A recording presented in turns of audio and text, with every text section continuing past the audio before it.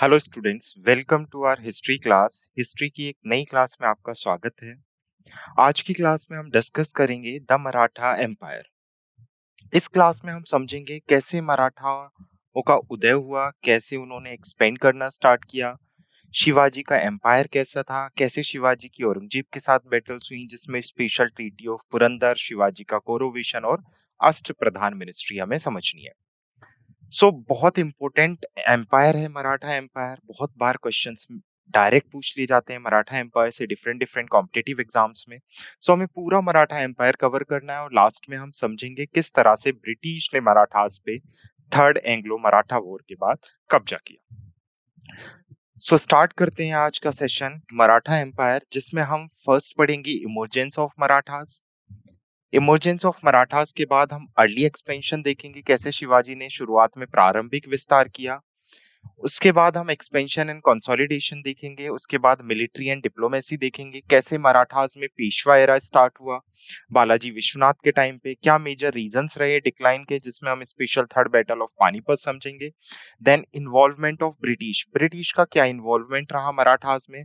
और लास्ट में हम इम्पैक्ट समझेंगे इंडिया का मराठा एम्पायर की वजह से भारत पर क्या प्रभाव पड़े और किस तरह से ब्रिटिश ने कब्जा किया और उसके बाद की पॉलिटिक्स भारत की किस तरह की। Clear? Okay. So the image used in our deck are for educational purpose only. We respect the intellectual property right of the original creator and owner of this image. If you are the owner of any of the image used in this deck and have any concern or issue, please contact us at sathi@iitk.ac.in and we shall remove the images. हमारी site deck में उपयोग की गई छवियां केवल शैक्षणिक उद्देश्यों के लिए हैं। हम इन छवियों के मूल रचनाकारों और मालिकों के बौद्धिक संपदा अधिकारों का सम्मान करते हैं। यदि आप इस डेक में प्रयुक्त किसी भी चित्र के स्वामी हैं और आपको कोई चिंता या समस्या है तो कृपया हमसे sathi@iitk.ac.in पर संपर्क करें और हम चित्र हटा देंगे। इमर्जेंस समझते हैं, कैसे मराठास का इमर्जेंस हुआ, कैसे शुरुआत हुई मराठास की। हमें सबको पता है शिवाजी मराठा एम्पायर के फाउंडर कहलाएंगे। शिवाजी वो पर्सन थे जिन्होंने मराठा एम्पायर सदर्न इंडिया में महाराष्ट्र वाले रीजन पे स्टार्ट किया था। स्टार्ट करते हैं। First, geographical and political context means भौगोलिक और राजनीतिक संदर्भ कैसा रहा है, कौन सी जगह थी जहां से मराठा एम्पायर का उद्गम हुआ था, मेजरली किस प्लेस पर, ज्योग्राफिकली इंडिया के किस प्लेस पर मराठा एम्पायर एस्टेब्लिश था। तो मराठास का ओरिजिन बेसिकली रज हिल से हुआ था, जो पश्चिमी घाट के हिल्स हैं, वेस्टर्न घाट के हिल्स हैं, जो प्राइमरीली महाराष्ट्र में आते हैं। तो इनकी उत्पत्ति पश्चिमी घाट की उबड़ खाबड़ पहाड़ियों में हुई थी। मुख्यतः यह महाराष्ट्र का क्षेत्र था। स्ट्रेटेजिक एडवांटेज, क्या स्ट्रेटेजिक एडवांटेज रही इस लोकेशन की वजह से, basically their homeland provide natural defences, क्योंकि पहाड़ों से घिरा हुआ था तो कहीं ना कहीं नेचुरल डिफेंसेस था। उसके साथ साथ डिफिकल्ट टेरेन था, कठोर भूभाग था, जो बेसिकली गुरिल्ला युद्ध के लिए, गोरेला वेलफेयर टेक्टिक्स के लिए बहुत सही साबित हुआ और इसी टेक्टिक की वजह से मराठास ने बहुत सारे युद्ध आगे चल के जीते। स्टार्ट करते हैं establishment of Maratha empire, Maratha साम्राज्य की स्थापना कैसे हुई। हम सबको पता है मराठा एम्पायर की स्थापना लगभग 17वीं शताब्दी में, 7th सेंचुरी में मराठा एम्पायर को शिवाजी के थ्रू फाउंड किया गया था, जहां पर प्रारंभिक कैपिटल रायगढ़ रखी गई। आगे चल के हम देखेंगे कैसे सतारा शिफ्ट हुई। क्लियर? तो मराठा एम्पायर जब डेक्कन में बीजापुर अहमद सल्तनत का डिक्लाइन होता है, उसी टाइम पे मराठा एम्पायर का उद्गम होता है। तो बीजापुर और अहमदनगर सल्तनत के पतन के बाद ही सदर्न इंडिया में और डेक्कन के पठारों में मराठा एम्पायर का उदय हुआ था या मराठा एम्पायर स्टार्ट हुआ था। आगे हम समझेंगे शिवाजी से रिलेटेड कुछ इंपॉर्टेंट पॉइंट्स। शिवाजी का बर्थ 1630 में शिवनेर फोर्ट, पुणे डिस्ट्रिक्ट, महाराष्ट्र में हुआ। इनके पेरेंट्स शाहजी भोसले इनके फादर थे एंड इनकी मदर जीजाबाई थी। क्लियर? तो 1630 में जब शिवाजी का जन्म होता है, इस टाइम पे भारत में शाहजहां का शासन चल रहा था। कहीं ना कहीं मुगलों का शासन था। शाहजहां ने डेक्कन तक अहमदनगर पे कब्जा कर लिया था, जिस वजह से अहमदनगर एम्पायर का पतन भी हुआ था। सो कहीं न कहीं शिवाजी का जब जन्म हुआ था तो उनके आस-पास उन्होंने मुगलों का एम्पायर देखा था, मुगलों का रूल देखा था, तो शिवाजी चाहते थे किसी भी तरह से भारत से मुगलों का रूल खत्म हो और इसी मोटिवेशन के साथ शिवाजी ने मराठा एम्पायर की नींव रखी। ओके, शिवाजी ने मराठा एम्पायर को स्टार्ट करने के कॉन्टेक्स्ट में सबसे पहले तोरण फोर्ट को जीता 1645 में। 1630 में शिवाजी का जन्म हुआ था। जब शिवाजी लगभग 15 साल के थे तो 15 साल की उम्र में शिवाजी ने मुगलों के खिलाफ लड़ना स्टार्ट किया और सबसे पहले 1645 में तोरण फोर्ट को कैप्चर किया। तोरण फोर्ट को कैप्चर करने के बाद रायगढ़ फोर्ट को अपनी कैपिटल शिफ्ट किया।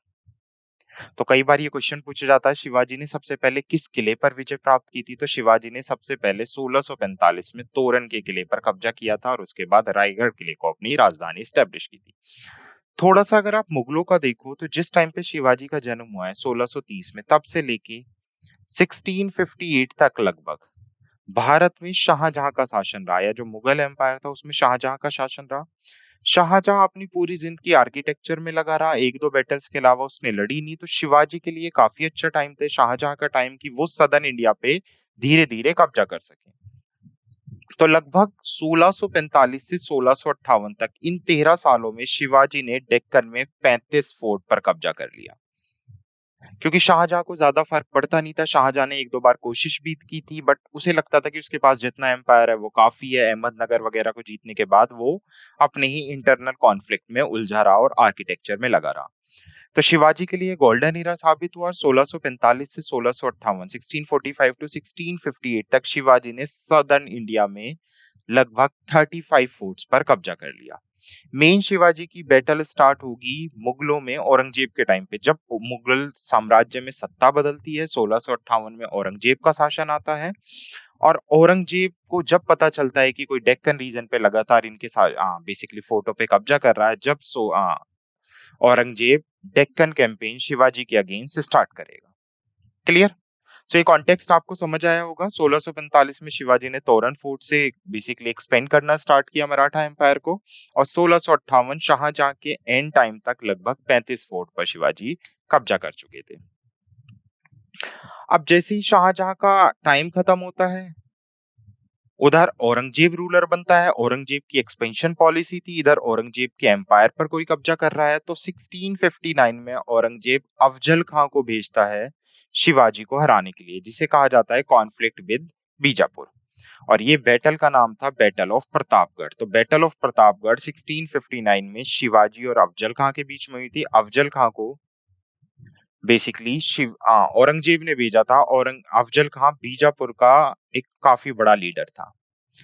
सो अब औरंगजेब डेक्कन कैंपेन स्टार्ट करता है शिवाजी के खिलाफ। सबसे पहले अफजल खां को भेजता है और बैटल ऑफ प्रतापगढ़ में शिवाजी अफजल खां को मार देते हैं। क्लियर? अब लगातार अफजल खां को औरंगजेब ने भेजा, फिर औरंगजेब ने शाइस्ता खां को औरंगजेब भेजेगा शिवाजी से लड़ने के लिए। शिवाजी शाइस्ता खां को भी हरा देंगे जो औरंगजेब का मामा हुआ करता था। और अब शिवाजी पहली बार सूरत पर लूट करेंगे, सेकिंग ऑफ सूरत। ये सूरत पर लूट 1664 में हुई थी पहली बार। शिवाजी ने दो बार सूरत को लूटा है, 1664 और 1670 में। तो ये लूट भी एग्जाम में पूछी गई है कि when was Shivaji first sacking of Surat, Shivaji ने पहली बार सूरत पर लूट कब की? तो शिवाजी ने सबसे पहले सूरत पोर्ट, सूरत बंदरगाह को लूटा था गुजरात में। क्या इंटेंशन था, क्यों शिवाजी ने सूरत को लूटा? इसके पीछे मेजर इंटेंशन था कि मुगलों की फाइनेंशियल पावर को बेसिकली डिसमिस करना या मुगलों को वित्तीय रूप से कमजोर बनाना ताकि वो मराठास के सामने टिके ना रह सके। सो इसका आउटकम ये निकला, शिवाजी ने सक्सेसफुली वेल्थी मुगल पोर्ट जो सूरत में था उस पर लूट की और एक बड़ा अमाउंट शिवाजी ने सूरत से लूटा।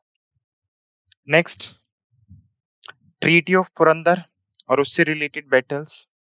अच्छा, अब ट्रीटी ऑफ पुरंदर समझते हैं क्या थी। बेसिकली होता क्या है, जैसा मैंने बताया, औरंगजेब लगातार कोशिश कर रहा है किसी भी तरह से शिवाजी को हराया जाए। औरंगजेब खुद शिवाजी से जाके बैटल नहीं लड़ता था क्योंकि उसे पता था शिवाजी की बैटल की और शिवाजी की पावर की। तो औरंगजेब लगातार अलग अलग लोगों को भेजा करता था शिवाजी से लड़ने के लिए। तो इसी कॉन्टेक्स्ट में औरंगजेब बेसिकली एक राजपूत रूलर थे, या फिर मैं बोलूं जय सिंह फर्स्ट थे, जो राजस्थान से बिलोंग करते थे। कहीं ना कहीं जय सिंह फर्स्ट मुगल रूलर औरंगजेब के अंडर शासन कर रहे थे, तो औरंगजेब जय सिंह फर्स्ट को शिवाजी से लड़ने के लिए भेजता है। जय सिंह फर्स्ट औरंगजेब के बिहाफ पर आकर शिवाजी से लड़ते हैं, जिसे बैटल ऑफ पुरंदर के नाम से जाना जाता है, और इस बैटल में शिवाजी की हार होती है। तो कहीं ना कहीं जय सिंह फर्स्ट जो औरंगजेब के बिहाफ पे शिवाजी से आके लड़ेगा, बैटल ऑफ पुरंदर में वो शिवाजी को हराएगा। क्योंकि शिवाजी की हार होती है, तो यहाँ पर औरंगजेब के बिहाफ पे जय सिंह फर्स्ट और शिवाजी एक ट्रीटी साइन करते हैं। इसी ट्रीटी को ट्रीटी ऑफ पुरंदर के नाम से जाना जाता है, जो 11 जून 1665 11th ऑफ जून 1665 को औरंगजेब और शिवाजी के बीच में साइन हुई थी। क्लियर? सो औरंगजेब को यहाँ पे जयसिंह फर्स्ट रिप्रेजेंट कर रहा था, तो कभी कभी ऐसे भी दे सकता है, या तो औरंगजेब और शिवाजी देगा, या जयसिंह फर्स्ट और शिवाजी देगा। सो क्योंकि शिवाजी हारे थे, तो शिवाजी को कंपनसेशन देना था। इस ट्रीटी के अकॉर्डिंग शिवाजी ने जो 35 फोर्ट्स कैप्चर किए हुए हैं, जैसे मैंने बताया था औरंगजेब का टाइम आते आते शिवाजी ने लगभग 35 फोर्ट्स पर कब्जा कर लिया था, तो उसमें से शिवाजी को 23 किले रिटर्न करने होंगे और 12 अपने पास रखने होंगे।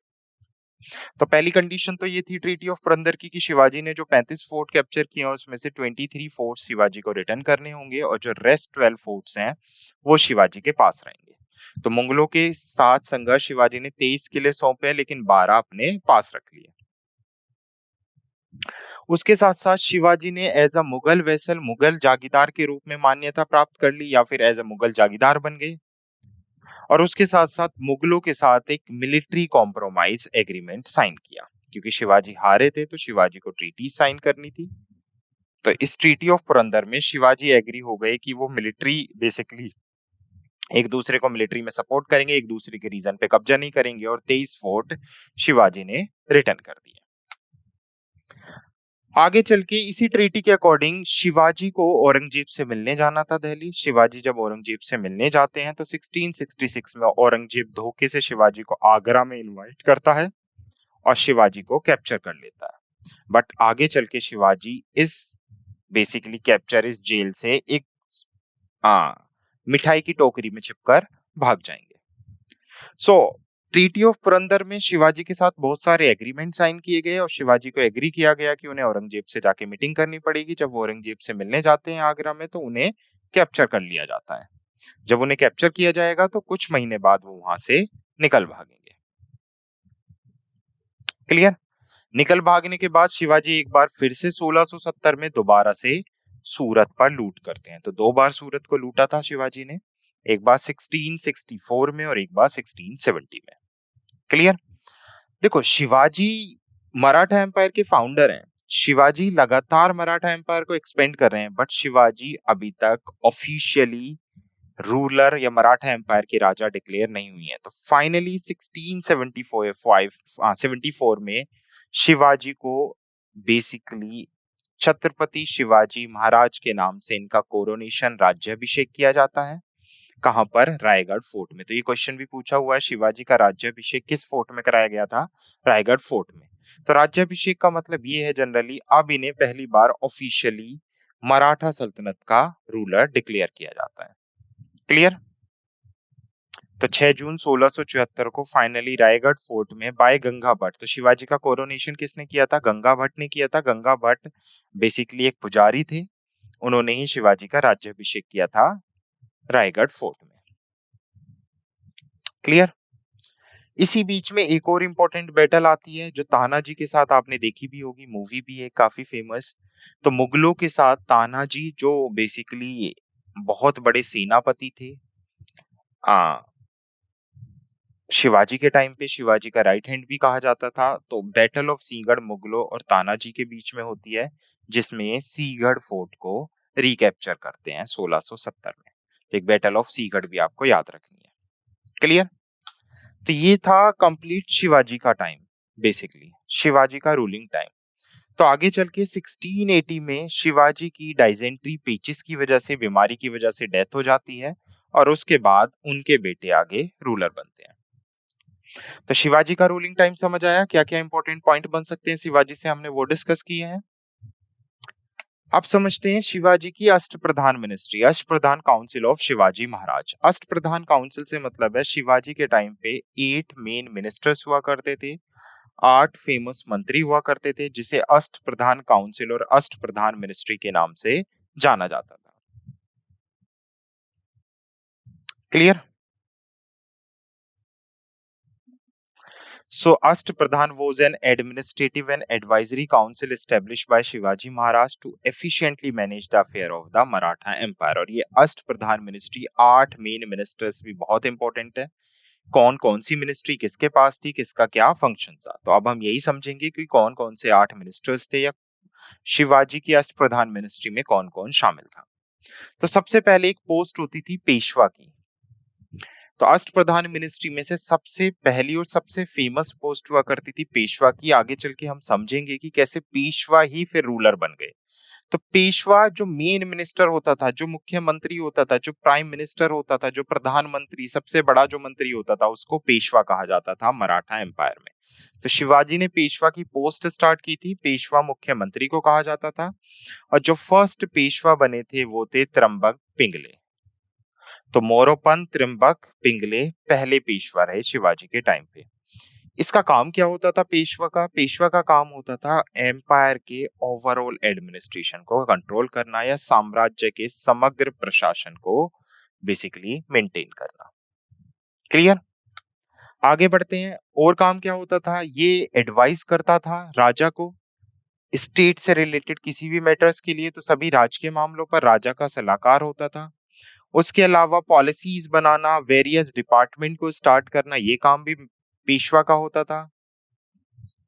और अगर जरूरत पड़ती थी तो ये मिलिट्री कैंपेन, सैन्य अभियानों को भी लीड करता था या सैन्य अभियानों का भी नेतृत्व करता था।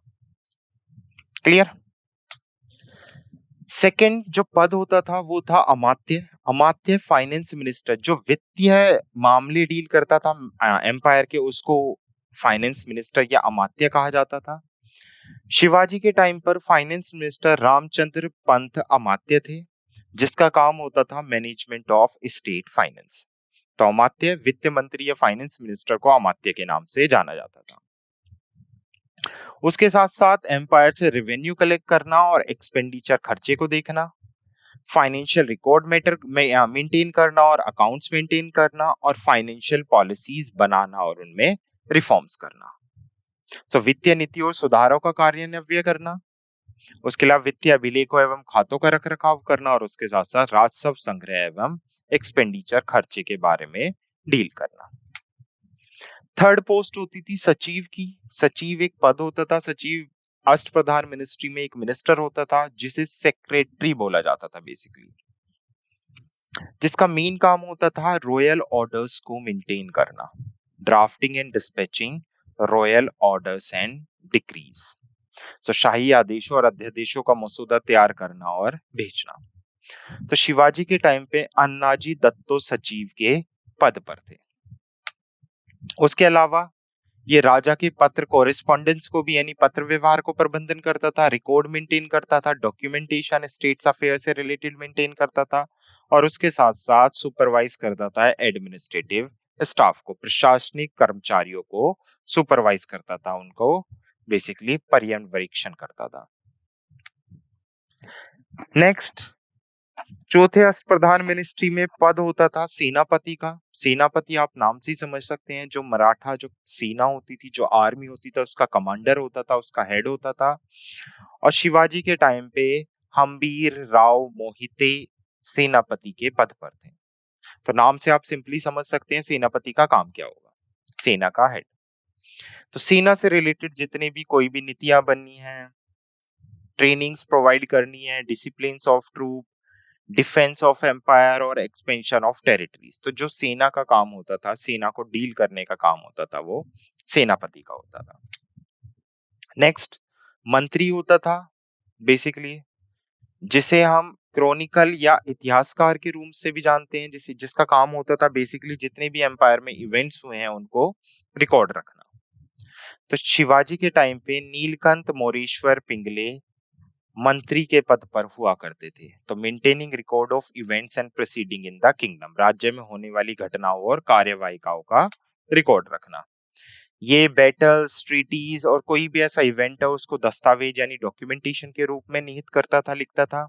Historical account of the region of Shivaji Maharaj generally लिखा गया है मंत्री के थ्रू ही, और उसके साथ साथ ये प्रशासनिक कार्यों में भी सहायता करता था इफ रिक्वायर्ड। नेक्स्ट होता था सुमंत और दाबीर, जो फॉरेन मिनिस्टर होता था। आप समझ सकते हैं फॉरेन मिनिस्टर से मतलब है जो आसपास के एम्पायर्स के साथ रिलेशन डील करता था, डिप्लोमेटिक रिलेशन डील करता था, जो मराठा एम्पायर के आसपास अदर एम्पायर्स थे। तो शिवाजी के टाइम पर रामचंद्र पंत अमात्य पद पर थे, जिसका काम होता था conducting diplomatic relation with foreign states, विदेशी राज्यों के साथ राजनयिक संबंध बनाए रखना। उसके साथ साथ कोई ट्रीटीज है, किसी के साथ कोई अलायंस करना है, कोई गठबंधन करना है, तो उसके लिए भी बातचीत फॉरेन मिनिस्टर करता था। अदर किंगडम्स के साथ कम्युनिकेशन करना, अन्य राज्यों के साथ संचार का प्रबंधन करना, और उसके साथ साथ फॉरेन पॉलिसीज मैटर्स को लेकर राजा को एडवाइस करने का काम भी सुमंत और दाबीर का होता था। क्लियर? ओके। नेक्स्ट न्यायाधीश। न्यायाधीश से आप समझ सकते हैं जिसका काम होता था बेसिकली जस्टिस और लीगल मैटर्स में डील करना। जो चीफ जस्टिस होता था शिवाजी के टाइम पे रघुनाथ राव बल्लाल न्यायाधीश पद पर थे। तो इसका काम होता था administration of justice and legal matters, तो जस्टिस को डील करना और उसके साथ साथ जितने भी लीगल मैटर्स हैं एम्पायर के उनको लीड करना।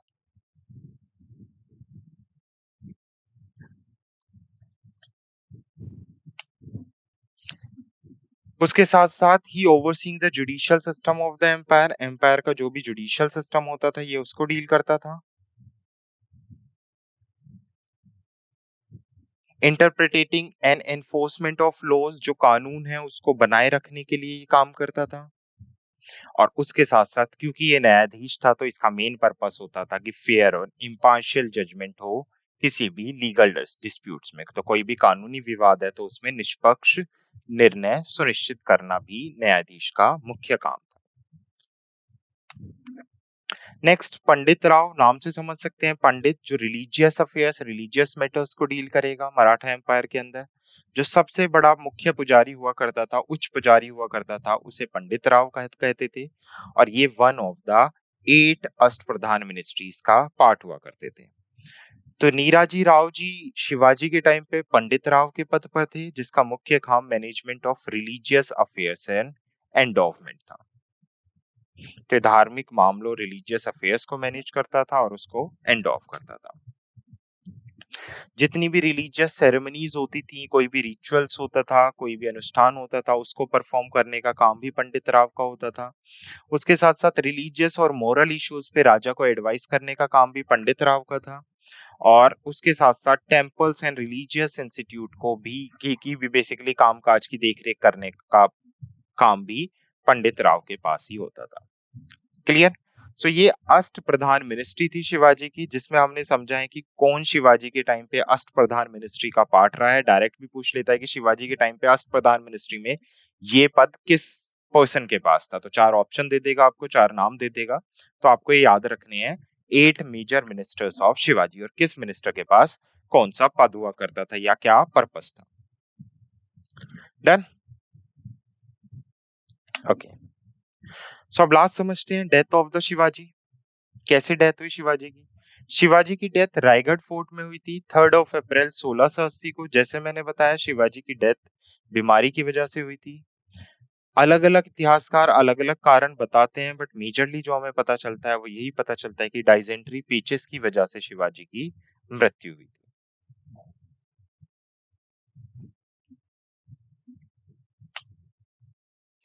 ओके, सो शिवाजी की जैसे ही डेथ होती है, शिवाजी की डेथ के बाद उनके बेटे संभाजी महाराज अग्रे रूलर बनते हैं, जो लगभग 9 साल तक शासन करते हैं 1681 से 1689 तक। तो शिवाजी के बाद next ruler Sambhaji Maharaj from 1681 to 1689। तो संभाजी महाराज 1681 में रूलर बने। सबसे पहले कैसे इन्हें सिंहासन मिला? तो जैसे हमने पढ़ा 1680 में शिवाजी की डेथ होती है, और इनकी डेथ के बाद इंटरनल कॉन्फ्लिक्ट्स और अपोजिशन की वजह से 1681 में इन्हें रूलर बनाया जाता है। अब इनके लिए चैलेंजेस क्या थे? देखो, जो संभाजी महाराज थे उनके लिए सबसे बड़ा चैलेंज था उनकी खुद की फैमिली। इनकी स्टेप मदर सोयरा बाई वो चाहती थी कि उनका बेटा राजा राम नेक्स्ट रूलर बने।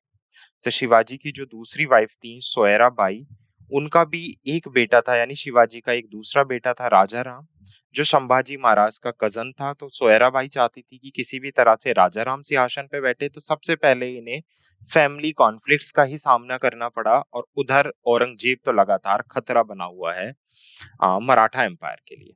तो सबसे पहले तो इंटरनल स्ट्राइफ था, आंतरिक कलह था, जिसमें इनकी स्टेप मदर थी सोयरा बाई, जो चाहती थी कि उनका बेटा राजा राम अगला रूलर बने। सेकंड सबसे बड़ा थ्रेट था मुगल थ्रेट। इस टाइम पे औरंगजेब चल रहा है अभी भी, और मुगलों के साथ लगातार मराठाओं का कॉन्फ्लिक्ट चला आ रहा है। तो दो मेजर चैलेंजेस थे, इंटरनल एंड एक्सटर्नल में।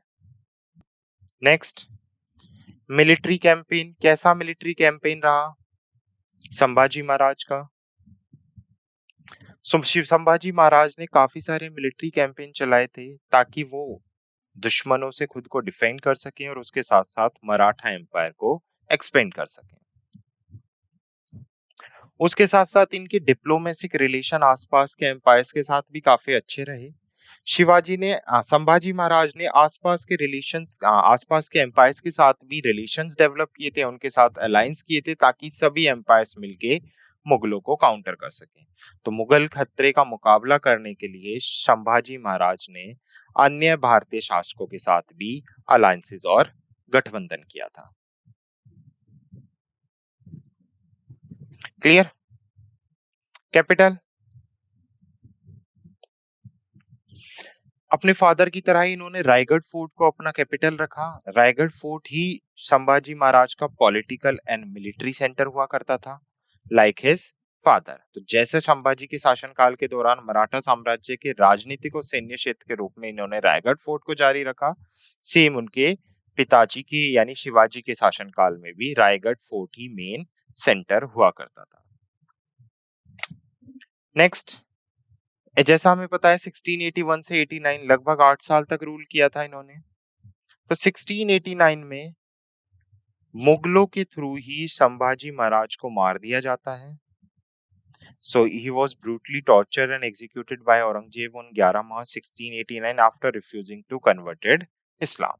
तो औरंगजेब चाहता था इन्हें इस्लाम में कन्वर्ट करे, जिस वजह से बेसिकली 1689 में औरंगजेब इन्हें बुरी तरह से टॉर्चर करके मार देता है, because he denied to accept Muslim. इन्होंने मुस्लिम धर्म अपनाने से मना कर दिया था। एक और स्टोरी है औरंगजेब ने संभाजी को क्यों मारा, उसके पीछे एक और बड़ा रीजन था। औरंगजेब का बेटा था अकबर सेकंड, अकबर द्वितीय। तो अकबर सेकंड औरंगजेब का बेटा था। अकबर सेकंड सत्ता चाहता था, तो उसने औरंगजेब के खिलाफ एक विद्रोह स्टार्ट किया था, और आगे चल के जब उसे लगा कि वो हार रहा है औरंगजेब से, तो वो भागकर संभाजी महाराज की शरण में आ जाता है। तो संभाजी महाराज उसे रुकने के लिए जगह देते हैं और उसे भारत से बाहर भिजवा देते हैं, ताकि औरंगजेब उसे मार ना सके। तो जब ये बात औरंगजेब को पता चलती है, तो औरंगजेब संभाजी महाराज को टॉर्चर करता है, कोशिश करता है उन्हें इस्लाम धर्म में कन्वर्ट करने की। और जब वो रिफ्यूज करते हैं, तो 11 मार्च 1689 को औरंगजेब संभाजी महाराज को मार देता है, फांसी दे देता है बेसिकली। क्लियर? तो स्टोरी समझ आई इनकी डेथ की। तो कहीं ना कहीं अकबर टू की वजह से संभाजी महाराज को अपनी जान गंवानी पड़ी थी। तो उसके अलावा कुछ इंटरनल कॉन्फ्लिक्ट भी थे। बहुत सारे ऐसे सेनापति थे या बहुत सारे ऐसे लीडर्स और मिनिस्टर्स थे जिन्होंने डायरेक्टली बेसिकली मुगल सेना को ज्वाइन कर लिया था, मुगलों ने जिन पे कब्जा कर लिया था, जो आगे चल के संभाजी महाराज को धोखा देंगे, जिस वजह से भी संभाजी महाराज मुगलों से हारेंगे। नेक्स्ट, सो बहुत दिन के टॉर्चर्स के बाद फाइनली इनकी डेथ होती है। तो ये अभी मैंने आपको बताया cause of death. So basically परंपरा की अगर हम बात करें, लेगेसी की हम लोग बात करें, तो इनकी शहादत की अगर हम बात करें, तो इन्होंने मराठा कल्चर और मराठा हिस्ट्री को काफी आगे बढ़ाया था। उसके अलावा काफी सारे ऐसे मिलिट्री कैंपेन भी स्टार्ट किए थे, ताकि मुगलों से मराठा एम्पायर को बचाया जा सके। अब हुआ वही जो संभाजी महाराज की स्टेप मदर चाहती थी। जैसे ही संभाजी महाराज की डेथ होती है तो उनके कजन राजा राम महाराज को अगला रूलर बनाया जाता है। तो राजा राम महाराज के टाइम पे इतना ज्यादा कुछ नहीं हुआ है, जनरली इतना इंपॉर्टेंट ये नहीं रहते हैं एग्जाम पॉइंट ऑफ व्यू से। फिर भी हम मेन मेन पॉइंट्स देखेंगे राजा राम महाराज के बारे में। तो राजा राम महाराज संभाजी की डेथ के बाद 1689 में रूलर बनते हैं और 1700 तक ये रूल करते हैं। उससे पहले एक इवेंट और समझो, छोटा सा इवेंट है जो आपको आगे काम आएगा, आगे समझने में काम आएगा। क्या होता है जब 1689 में संभाजी महाराज को कैप्चर किया जाता है, उन्हें टॉर्चर किया जाता है, तो संभाजी महाराज का 7 साल का बेटा था साहू, इसको भी औरंगजेब कैप्चर कर लेता है साथ के साथ और अपने एम्पायर में ले जाता है। तो यहाँ पर संभाजी महाराज को तो मारा ही गया, साथ के साथ संभाजी महाराज के बेटे साहू को भी औरंगजेब अपने साथ ले गया मुगल एम्पायर में। सो नेक्स्ट रूलर हुए राजा राम महाराज, जो 1689 से 1700 तक रूलर रहे। So younger brother of Sambhaji Maharaj, step basically cousin थे ये संभाजी महाराज की। He extend the throne after Sambhaji execution. तो संभाजी की मृत्यु के बाद जैसे ही संभाजी को फांसी दे दी जाती है, टॉर्चर काफी दिन टॉर्चर करने के बाद, तो राजा राम महाराज नेक्स्ट रूलर बनते हैं। क्लियर? नेक्स्ट, अब इनके सामने भी चैलेंज औरंगजेब ही था, क्योंकि अभी भी औरंगजेब चल रहा है, औरंगजेब लगातार मराठाओं पे कब्जा कर रहा है। सो सबसे बड़ा चैलेंज मुगल ही था। Face immediate threat from Aurangzeb intensified efforts to conquer Maratha territories, क्योंकि औरंगजेब लगातार मराठा टेरिटरीज को कब्जा करना चाह रहा था।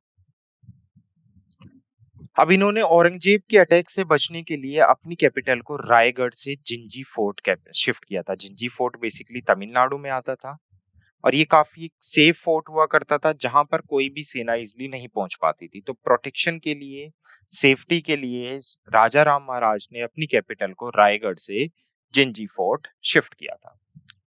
तो रायगढ़ से जिंजी फोर्ट कैपिटल किसके टाइम पे पहुंची? राजा राम महाराज के टाइम पे। पर्पस क्या था? ताकि मुगलों से बचा जा सके। कुछ main points related to Sambhaji Maharaj. Defensive welfare, इन्होंने गुरीला टैक्टिक का इस्तेमाल किया था मुगल आर्मी के अगेंस्ट। बहुत फेमस रही है गुरीला टैक्टिक। मुगल एडमिनिस्ट्रेशन में हम आगे पढ़ेंगे भी कि गुरीला टैक्टिक एक्चुअल में क्या थी। और उसके साथ साथ काफी मिलिट्री कैंपेन चलाए थे to defend Maratha empire from Mughals. तो मुगलों से बचने के लिए काफी सारे डिफेंसिव कैंपेन भी चलाए गए थे। लेगेसी, सो लेगेसी में यही है, इनके सामने काफी चैलेंजेस थे, बट उसके बाद भी इन्होंने मराठा एम्पायर को कंटिन्यू रखा और मराठा एम्पायर का डिक्लाइन नहीं होने दिया। 1700 के आसपास इनकी भी डेथ हो जाती है और 1700 की डेथ, बेसिकली इनकी डेथ के बाद इनकी वाइफ ताराबाई अगली शासक बनती हैं, जो लगभग 1707 से 1714 तक। तो कोई पहली मराठा फीमेल रूलर थी जो बेसिकली शासक में आई थी, जिन्होंने मराठा एम्पायर को संभाला था। तो तारा बाई नाम भी बहुत इंपॉर्टेंट हो जाता है क्योंकि पहली फीमेल रूलर थी। तो राजा राम की डेथ होती है, मुगल्स राजा राम को मार देते हैं। राजा राम का बेटा शिवाजी सेकंड बहुत छोटा था, जिस वजह से शिवाजी सेकंड की मदर और राजा राम की वाइफ ताराबाई सल्तनत संभालती है। तो नेक्स्ट रूलर आफ्टर, पहले सबसे पहले रूलर शिवाजी हमने पढ़े, उसके बाद हमने देखा संभाजी। संभाजी की डेथ हो गई तो राजा राम बने उनके कजन, और राजा राम की डेथ के बाद क्योंकि राजा राम का बेटा बहुत छोटा था तो उनकी वाइफ ताराबाई ने भार संभाला मुगल एम्पायर को चलाने का। ताराबाई के लीडरशिप में गुरिल्ला टैक्टिक्स कंटिन्यू रही अगेंस्ट मुगल फोर्सेस, इस टैक्टिक्स के थ्रू लगातार मुगलों को हराया गया था। उसके साथ साथ इन्होंने मराठा एम्पायर को बढ़ाने के लिए आसपास के एम्पायर के साथ गठबंधन का भी प्रयास किया था, और उसके साथ साथ इन्होंने इंटरनल अफेयर्स और मिलिट्री स्ट्रेटेजी पर भी जोर दिया। तो काफी अच्छी लीडर्स रही थी, गुरिल्ला टैक्टिक्स को बढ़ावा दिया था, डिप्लोमेटिक रिलेशन बनाए थे आसपास के एम्पायर्स के साथ, और उसके साथ साथ एडमिनिस्ट्रेशन भी कंट्रोल किया था। अब यहाँ पर रोल आ जाता है शाहू महाराज का। अब शाहू महाराज का रोल कैसे आया? अभी हम लोगों ने पढ़ा कि शाहू महाराज थे कौन। शाहू महाराज बेसिकली संभाजी के बेटे थे। तो संभाजी की डेथ के बाद टेक्निकली तो साहू जी को रूलर बनना था, क्योंकि वही अगले उत्तराधिकारी थे संभाजी के बाद। बट क्योंकि औरंगजेब संभाजी को, साहू को अपने साथ ले जाता है, साहू महाराज को अपने साथ ले जाता है, तो जिस वजह से राजा राम और ताराबाई रूल कर रहे थे। तो आप सबको पता है, हमने पढ़ा भी है प्रीवियस सेक्शंस में कि 1707 में औरंगजेब की डेथ होती है। तो जैसी औरंगजेब की डेथ होती है तो बहुत सारे कैदियों को रिहा किया जाता है, जिसमें साहू भी एक नाम था। तो 1707 में जैसे ही औरंगजेब की डेथ होती है तो शाहू वहां से छूट कर आते हैं। जब साहू सल्तनत में आते हैं तो सल्तनत में आके देखते हैं तो यहाँ पर उनकी चाची, उनकी आंट ताराबाई रूल कर रही हैं। तो साहू कोशिश करते हैं ताराबाई को रिटेन करने की, कि हम एक काम करते हैं, एम्पायर को हाफ हाफ डिवाइड कर लेते हैं, सतारा और पुणे में कुछ रीजन पे आप रूल करो, कुछ रीजन पे मैं, क्योंकि टेक्निकली तो शाहू महाराज ही अगले उत्तराधिकारी थे। तो इस बेसिकली समझौते को ताराबाई रिजेक्ट कर देती हैं, क्योंकि ताराबाई चाहती थी कि वो पूरे मराठा एम्पायर पे रूल करें, और जिस वजह से ताराबाई और शाहू महाराज के बीच में कॉन्फ्लिक्ट्स पैदा होते हैं और इनके बीच में लड़ाइयां भी होती हैं। तो साहू महाराज कहाँ से आए, मैंने समझाया, साहू महाराज संभाजी के बेटे थे। 1707 में जब मुगल एम्परर औरंगजेब की डेथ होती है तो बहुत सारे कैदियों को रिहा किया जाता है, जिसमें साहू की भी रिहाई होती है। तो जब साहू रिहा होके मराठा एम्पायर में आएंगे तो देखेंगे उनकी चाची रूलर है। साहू चाहते थे वो भी रूलर करें, तो उन्होंने ताराबाई के सामने एक प्रपोजल रखा कि एम्पायर को हाफ हाफ डिवाइड कर लेते हैं, सतारा और पुणे में। एक रीजन पे आप रूल करिए, एक रीजन पे मैं रूल करता हूँ। जब ताराबाई इस प्रपोजल को रिजेक्ट करेंगी तो शाहू और ताराबाई के बीच में डिस्प्यूट से स्टार्ट होंगे। तो वही हमें पढ़ने हैं, कैसे उसमें शाहू महाराज जीतेंगे और कैसे अगले रूलर फिर शाहू महाराज बनेंगे। तो conflict between Shahu Maharaj and Tarabai, जैसे मैंने अभी समझाया, मेन पर्पस था claim to throne. Shahu Maharaj claim कर रहे थे कि टेक्निकली तो वही उत्तराधिकारी हैं, ताराबाई क्लेम कर रही थी कि नहीं, वो सत्ता चलाती आ रही हैं। तो बेसिकली होता क्या है, ताराबाई रेजिस्टेंस में ताराबाई साहू के क्लेम को रिफ्यूज कर देती हैं, और वो चाहती थी कि उनका बेटा अब ताराबाई के बाद रूलर बने। जिस वजह से दोनों के बीच में एक बैटल होती है, जिसे कहा जाता है बैटल ऑफ खेड़, जो 1707 में हुई थी। तो battle of Khed important battle है, ताराबाई और साहू के बीच में होती है। ये खेड़ एक जगह का नाम है जो present day Pune Maharashtra district में लोकेटेड है। इस बैटल में शाहू महाराज बेसिकली ताराबाई के अगेंस्ट बैटल लड़ते हैं, जिसमें शाहू महाराज की विजय होती है। अब शाहू महाराज तो अभी अभी जेल से छूट के रिहाई से छूट के आए हैं, वहां पर हमेशा कैद की तरह रहे हैं, नजरबंद रहे हैं। सबसे पहले तो शाहू महाराज के पास इतनी बड़ी टीम कहाँ से आई लड़ने के लिए, क्योंकि ताराबाई तो मराठा एम्पायर की रूलर है, उनके पास पूरी सेना है। तो एक शिव पेशवा हुआ करते थे संभाजी महाराज के टाइम पे, पेशवा बालाजी विश्वनाथ। तो बालाजी विश्वनाथ संभाजी महाराज के टाइम पे पेशवा थे, और उनका सॉफ्ट कॉर्नर था साहू की तरफ। तो इस बैटल में बालाजी विश्वनाथ साहू को सपोर्ट करते हैं। बालाजी विश्वनाथ के सपोर्ट से ही साहू इस युद्ध में जीतता है, अगला रूलर बनता है। Clear. So aftermath of battle, battle के बाद क्या हुआ, formally crowned as a Chhatrapati of the Maharaj Maratha empire. तो शाहू का कोरोनेशन हुआ, साहू का राज्याभिषेक हुआ, और उसे छत्रपति महाराज कहा गया। और ताराबाई को बेसिकली पीछे हटने के लिए कहा गया, और ताराबाई कोल्हापुर में रिट्रीट हो गई, पीछे हट गई, और बेसिकली उन्होंने प्रतिद्वंदी गुट की स्थापना की, एक राइवल फैक्शन की स्थापना की। अब इस कॉन्फ्लिक्ट का सिग्निफिकेंट क्या निकला, इस कॉन्फ्लिक्ट में मराठा एम्पायर दो पार्ट्स में टूट गया। एक तो सतारा वाले रीजन पे तो शाहू महाराज शिफ्ट हो गए, उन्होंने सतारा को अपनी कैपिटल बना लिया, और कोल्हापुर वाले रीजन पे ताराबाई एक छोटे से रीजन पर रूल करने लगी। तो कोल्हापुर ताराबाई के पास आ गया और सतारा शाहू महाराज के पास आ गया। सो अब आता है पेशवा एरा। पेशवा एरा कैसे है, पेशवा तो पहले से चले आ रहे हैं, क्या मतलब है पेशवा एरा का, तो सिंपल टर्म में समझाता हूँ। अभी जैसे हम लोगों ने देखा, जो साहू थे वो छोटी उम्र में ही औरंगजेब की कैद में चले गए। 1707 में जब वो निकल के आते हैं तो पेशवा के सपोर्ट से वो अगले शासक बनते हैं मराठा के ऊपर। अब देखो होता क्या, पेशवा कौन होते थे, पेशवा होते थे मेन मिनिस्टर्स। राजा के बाद जो सबसे फेमस और सबसे मुख्य और सबसे इंपॉर्टेंट पोस्ट होती थी वो पेशवा की होती थी, क्योंकि शाहू महाराज को एम्पायर चलाने की नॉलेज नहीं थी। क्यों नहीं थी? क्योंकि उन्होंने सल्तनत देखी नहीं थी। बहुत छोटी उम्र से ही वो औरंगजेब की कैद में चले गए थे। सो उन्हें सल्तनत की नॉलेज नहीं थी। तो मतलब राजा थोड़ा कमजोर पड़ा सल्तनत चलाने में। राजा कमजोर पड़ा तो राजा के पास पोस्ट किसकी हुआ करती थी? पेशवा की। पेशवा पावरफुल हुए तो शाहू महाराज के टाइम पे पेशवास पावरफुल होना स्टार्ट हो जाएंगे, जिसका रीजन मैंने अभी समझा है कि शाहू महाराज को सल्तनत चलाने की इतनी नॉलेज नहीं थी, क्योंकि वो बचपन से ही कैद में रहे थे और पेशवास के सपोर्ट से रूलर बन गए थे। तो यहाँ से शाहू महाराज के टाइम से पेशवास पावरफुल होना स्टार्ट होते हैं और आगे चल के हम देखेंगे कि पेशवा ही कैसे फिर रूलर बनेंगे। सो इसे हम पेशवा एरा कहेंगे। अब पेशवास का टाइम आ गया। बेसिकली मराठा एम्पायर में पेशवास पावरफुल होने स्टार्ट हो गए और सबसे पहले जो पेशवा राजा से भी ज्यादा पावरफुल थे वो थे बालाजी विश्वनाथ। मैं ये नहीं कह रहा कि बालाजी विश्वनाथ पहले पेशवा थे, आप समझो पॉइंट को। ये क्वेश्चन भी पूछा गया है कि किस राजा के टाइम पे पेशवास पावरफुल होना स्टार्ट हुए थे। तो साहू के टाइम पे कौन से पहले पेशवा थे जो राजा से भी ज्यादा पावरफुल थे? तो पहले पेशवा थे बालाजी विश्वनाथ। तो बालाजी विश्वनाथ के सपोर्ट से ही साहू जीता था। तो साहू ने बालाजी विश्वनाथ को अपना पेशवा अपॉइंट किया 1713 में। बेसिकली क्या कंट्रीब्यूशन रहा बालाजी विश्वनाथ का? उन्होंने जो जो मराठा एम्पायर है उसकी फाइनेंशियल कंडीशन को स्टेबल किया। इन्होंने बेसिकली शाहू के रूल को स्टेबल किया, मुगल शासन से मान्यता दिलाई और उसके साथ साथ नॉर्थ इंडिया में भी मुगल एम्पायर को, मराठा एम्पायर को एक्सपेंड किया। तो बहुत बड़ा रोल प्ले किया था बालाजी विश्वनाथ ने। बालाजी विश्वनाथ पहले इंपॉर्टेंट और पावरफुल पेशवा थे। अब उसके बाद आते हैं पहले पेशवा जो रूलर बने। अभी तक पहले पेशवा जो पावरफुल थे बालाजी विश्वनाथ के ही बेटे थे, जिन्हें बाजीराव फर्स्ट और बाजीराव मस्तानी के नाम से जाना जाता है।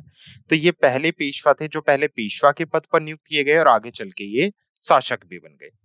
तो बाजीराव फर्स्ट 1720 में रूल करना स्टार्ट करते हुए 1740 में मेंटल डिप्रेशन की वजह से इनकी डेथ हो जाती है। तो ये सन थे बालाजी विश्वनाथ के, अपॉइंटेड पेशवा इन 1720, जिन्हें 1720 में साहू महाराज ने पेशवा अपॉइंट किया था, बट आगे चल के ये शासक बनेंगे।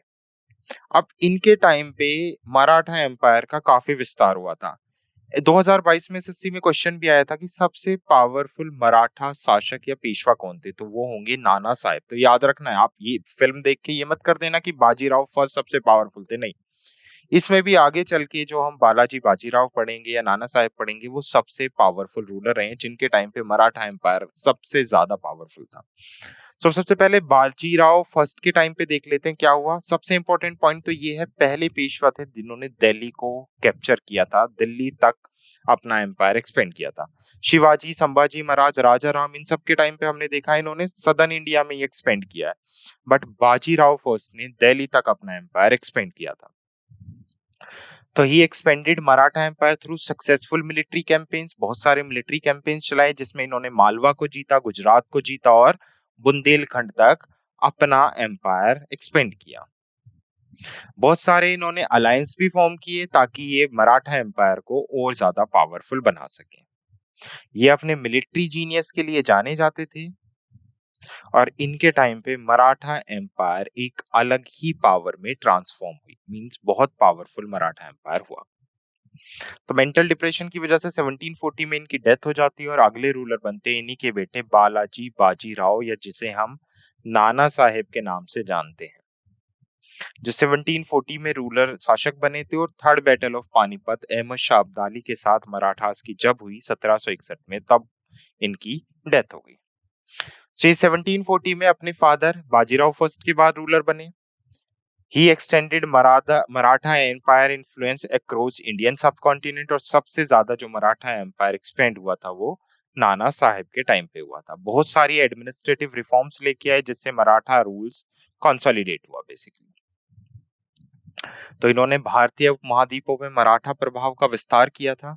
उसके साथ इन्होंने बहुत सारे प्रशासनिक सुधार लागू किए थे जिससे मराठा एम्पायर, जो मराठा साम्राज्य था, वो और पावरफुल हुआ और मजबूत हुआ। अब यहीं पे आती है थर्ड बैटल ऑफ पानीपत, जिसने मराठा एम्पायर को पूरी तरह से तोड़ के रख दिया और यही मेन रीजन था मराठा एम्पायर के डिक्लाइन का।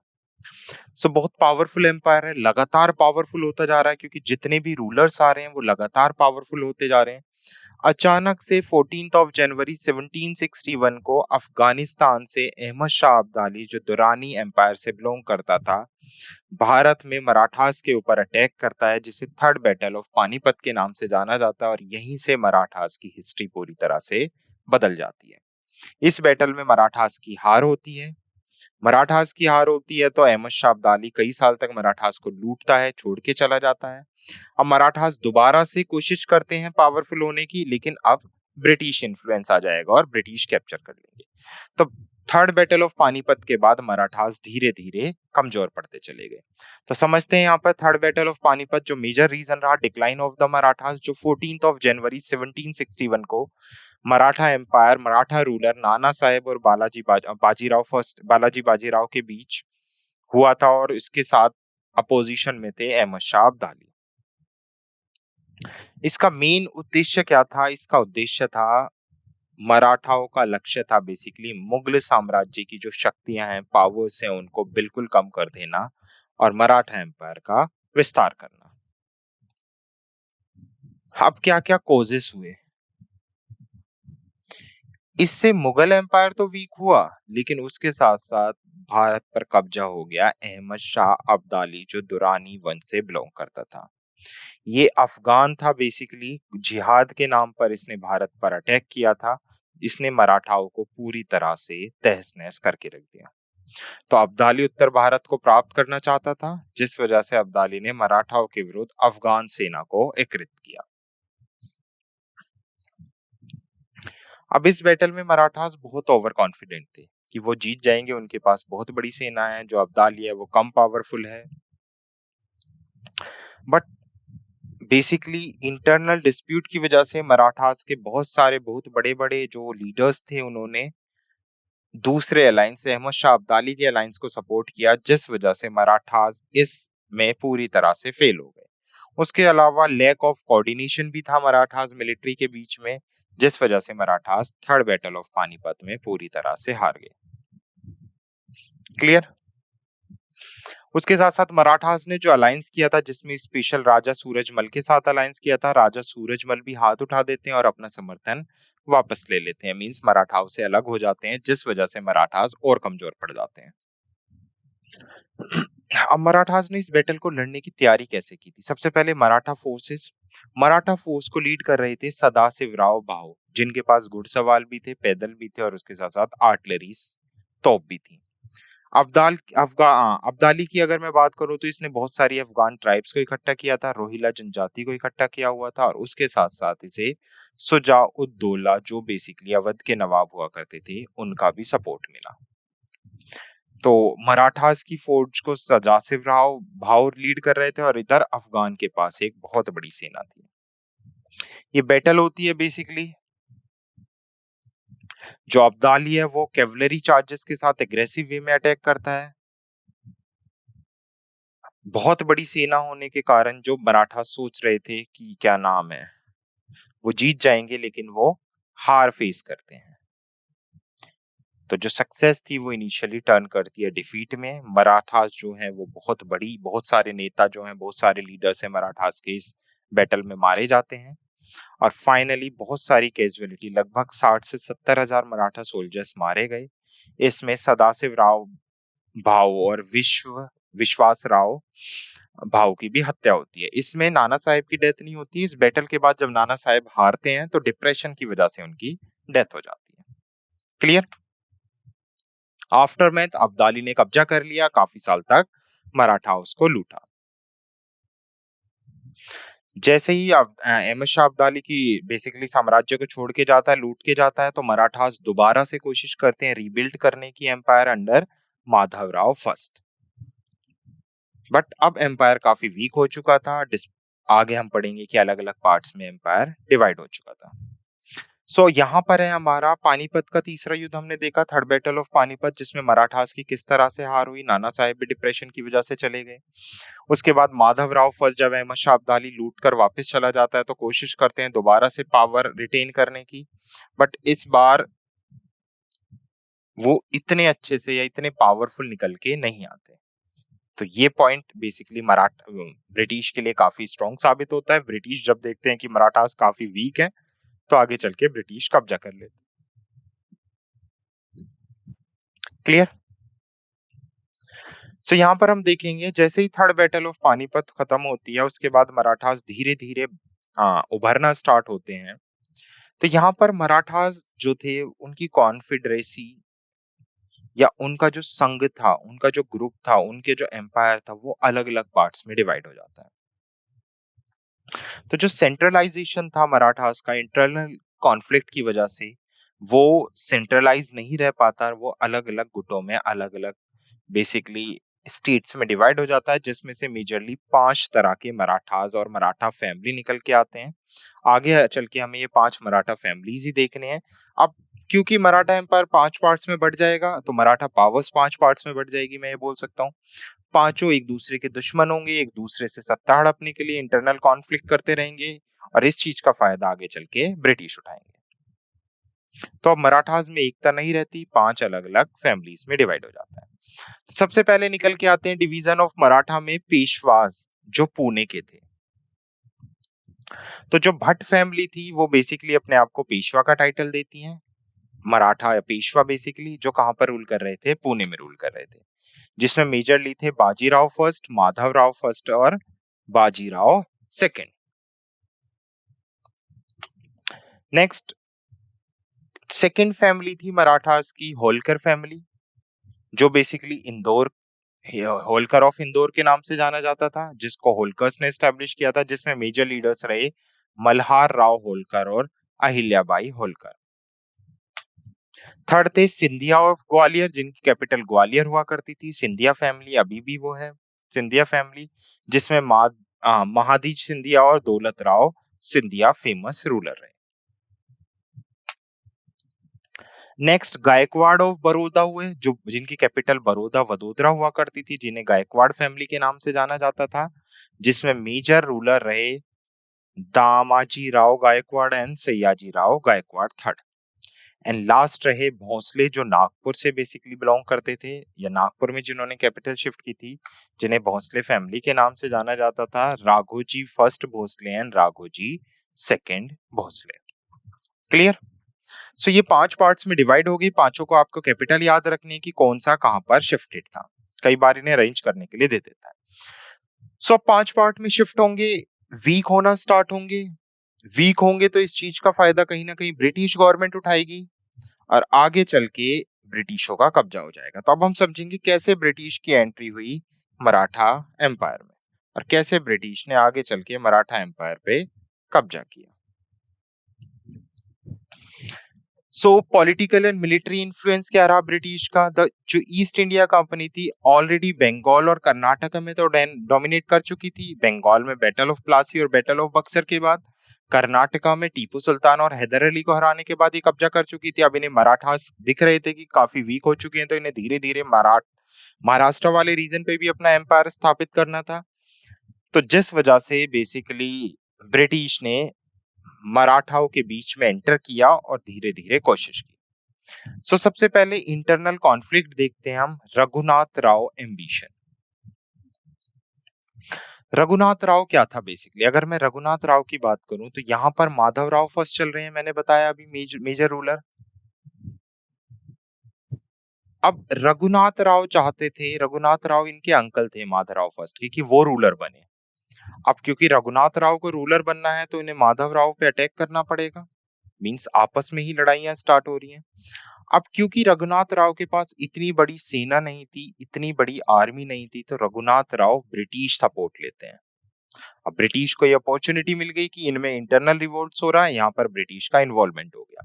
तो रघुनाथ राव पहुंचते हैं ब्रिटिश के पास, ब्रिटिश से सपोर्ट मांगते हैं कि आप मुझे सपोर्ट करो माधव राव को हराने में। ब्रिटिश को ट्रीटी भी साइन कराते हैं, ट्रीटी ऑफ बसीन के नाम से, आगे हम समझेंगे बेसिकली ये। और ब्रिटिश रघुनाथ राव के कहने पर माधव राव फर्स्ट पर अटैक कर देते हैं, जिसे हम नाम देते हैं एंग्लो मराठा वॉर। तो यहाँ पर आ गई हमारी फर्स्ट एंग्लो मराठा वॉर, जो 1775 में स्टार्ट हुई थी और लगभग 1782 तक चली थी।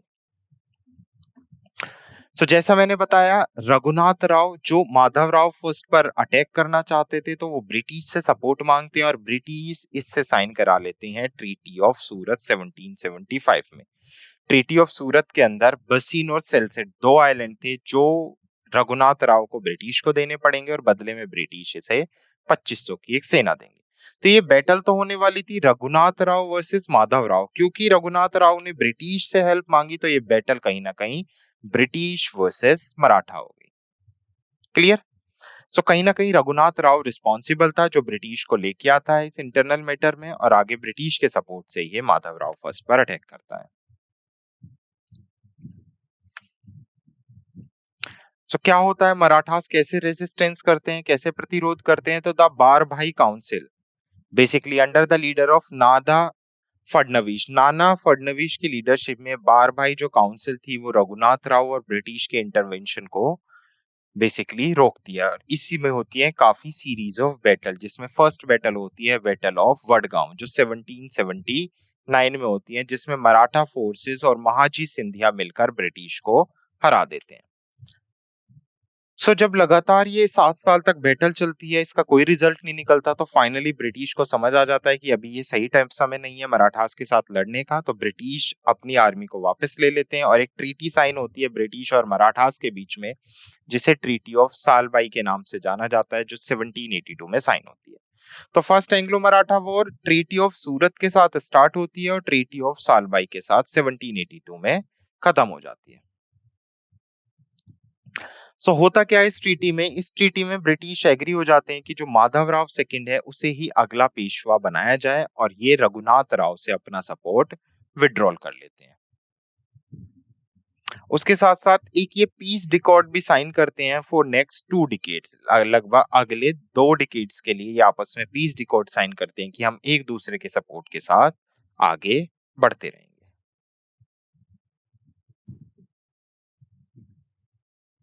क्लियर? तो ये रही फर्स्ट मराठा और एंग्लो मराठा वॉर। नेक्स्ट देखो, सेकंड एंग्लो मराठा वॉर क्यों हुई? अब जब ऑलरेडी ये आपस में साइन कर चुके हैं, पीस डिकॉर्ड साइन कर चुके हैं, आपस में सब शांति चल रही है, तो फिर क्यों दूसरी लड़ाई हुई? तो सबसे पहले तो आपको डेट याद रखनी है, 1803 से 1805 तक सेकंड एंग्लो मराठा वॉर हुई थी।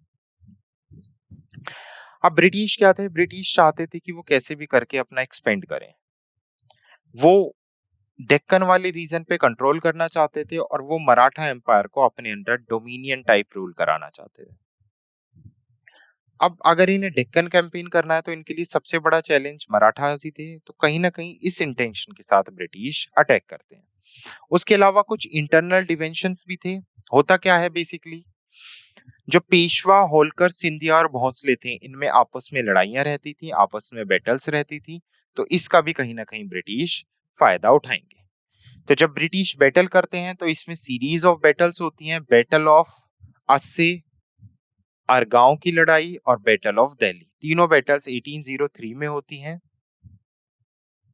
और अलग अलग मराठा हाउस के साथ होती हैं। तो ये आपको बैटल ज्यादा याद नहीं रखनी है, सिर्फ नाम याद रख सकते हैं बैटल ऑफ सीरीज की। Battle of Assaye 1803, battle of Argaon 1803 and battle of Delhi 1803। तो सबसे पहले जो बैटल होती है, वो सिंधिया और भोसले मिलकर ब्रिटिश आर्थर वेलेजली, जो ड्यूक हुआ करता था वेलिंगटन का, उसके साथ लड़ते हैं, जिसमें वेलेजली सिंधिया और भोसले को हराता है। अरगांव में ब्रिटिश बेसिकली अगेन भोसलों को हराते हैं और बैटल ऑफ दिल्ली में British force general lake defeat Maratha forces and capture Delhi. Clear? उसके बाद ट्रीटी ऑफ बसिन साइन होती है। ये बेसिकली जो बैटल थी, ये ट्रीटी ऑफ बसिन के साथ स्टार्ट होती है 1802 में, जो ब्रिटिश और पेशवा बाजीराव सेकंड के बीच में साइन होती है, जिसमें पेशवा बाजीराव हेल्प मांगते हैं ब्रिटिश से और आगे चल के वही ब्रिटिश पे अटैक कर देते हैं 1803 में। और बहुत सारी ट्रीटी साइन कराई जाती हैं, जिसमें ट्रीटी ऑफ देवगांव साइन कराई जाती है, जो भोसलों के साथ साइन कराई जाती है जब भोसले हार जाते हैं। एंड ट्रीटी ऑफ सुरजी अर्जन गांव भी साइन कराई जाती है, जो सिंधियास के साथ साइन कराई जाती है। क्लियर? और फाइनली इस बैटल में ब्रिटिश जीतने के बाद मराठास को अपने डोमिनियन टाइप में ले आते हैं, अपने अंडर ले आते हैं कि अब तुम हमारे अंडर रूल करोगे। नेक्स्ट है थर्ड और लास्ट एंग्लो मराठा वॉर। पहली का हमने रीजन समझा, रघुनाथ राव। रघुनाथ राव चाहते थे कि वो माधवराव फर्स्ट और सेकंड को हराएं और शासन पर कब्जा करें, इसलिए वो ब्रिटिश की हेल्प लेते हैं, इसलिए वो एंग्लो मराठा वॉर बन जाता है। क्योंकि उसमें ब्रिटिश जीत नहीं पाते तो ब्रिटिश ट्रीटी साइन कर लेते हैं, जिसमें वो रिलेशन डेवलप कर लेते हैं मराठास के साथ। सेकंड में बेसिकली ब्रिटिश को एक्सपेंड करना था, इस वजह से ब्रिटिश ने अटैक किया और एक्सपेंड करके कब्जा भी कर लिया और डोमिनियन टाइप रूल करना स्टार्ट कर दिया। अब फिर थर्ड क्यों हुआ जब ब्रिटिश ने ऑलरेडी कब्जा कर लिया? तो ये थर्ड मराठास ने ही किया था। मराठास ने एक लास्ट कोशिश की थी कि जो उन्होंने एम्पायर ब्रिटिश से हारा है उस एम्पायर को वापस से रिटेन कर सके। So basically British consolidation main reason था। ब्रिटिश का एम था कंप्लीटली डोमिनेट करना इंडिया के ऊपर, और मराठा जो कॉन्फेडरेसी थी उसको खत्म करना, और मराठास भी कहीं ना कहीं चाहते थे कि वो दोबारा से क्या करें, कैप्चर करें। So Maratha resented the British interference sought to regain their independence. Marathas पूरी तरह से इंडिपेंडेंट होना चाहते थे, जिस वजह से पेशवा बाजीराव सेकेंड मराठास के साथ बैटल लड़ते हैं, जिसे बैटल ऑफ खड़की के नाम से जाना जाता है 1817 में, जिसमें पेशवा बाजीराव सेकेंड की हार होती है। 1818 में इसी बैटल के इसी बेसिकली एंग्लो मराठा वॉर के अंदर एक और बैटल होती है, बैटल ऑफ कोरेगांव, जिसमें ईस्ट इंडिया कंपनी की troop again Peshwa Bajirao second की फोर्सेस को हराती है। और 1818 में ब्रिटिश कंप्लीटली कैप्चर कर लेते हैं सतारा को, और सतारा को कैप्चर करने के बाद फाइनली ब्रिटिश मराठास के साथ ट्रीटी करते हैं, ट्रीटी ऑफ मंसूर। इस ट्रीटी ऑफ मंसूर के चलते अब मराठास पूरी तरह से मराठास पूरी तरह से ब्रिटिश के अंडर रूल करेंगे। तो रिजल्ट क्या निकला इन ट्रीटीज का, इन बैटल्स का, कि फाइनली मराठास पूरी तरह से ब्रिटिश के पपेट बन गए और उनके अंडर रूल करना स्टार्ट कर देते हैं।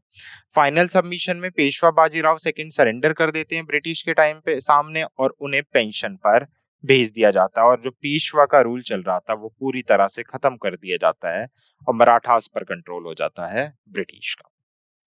क्लियर?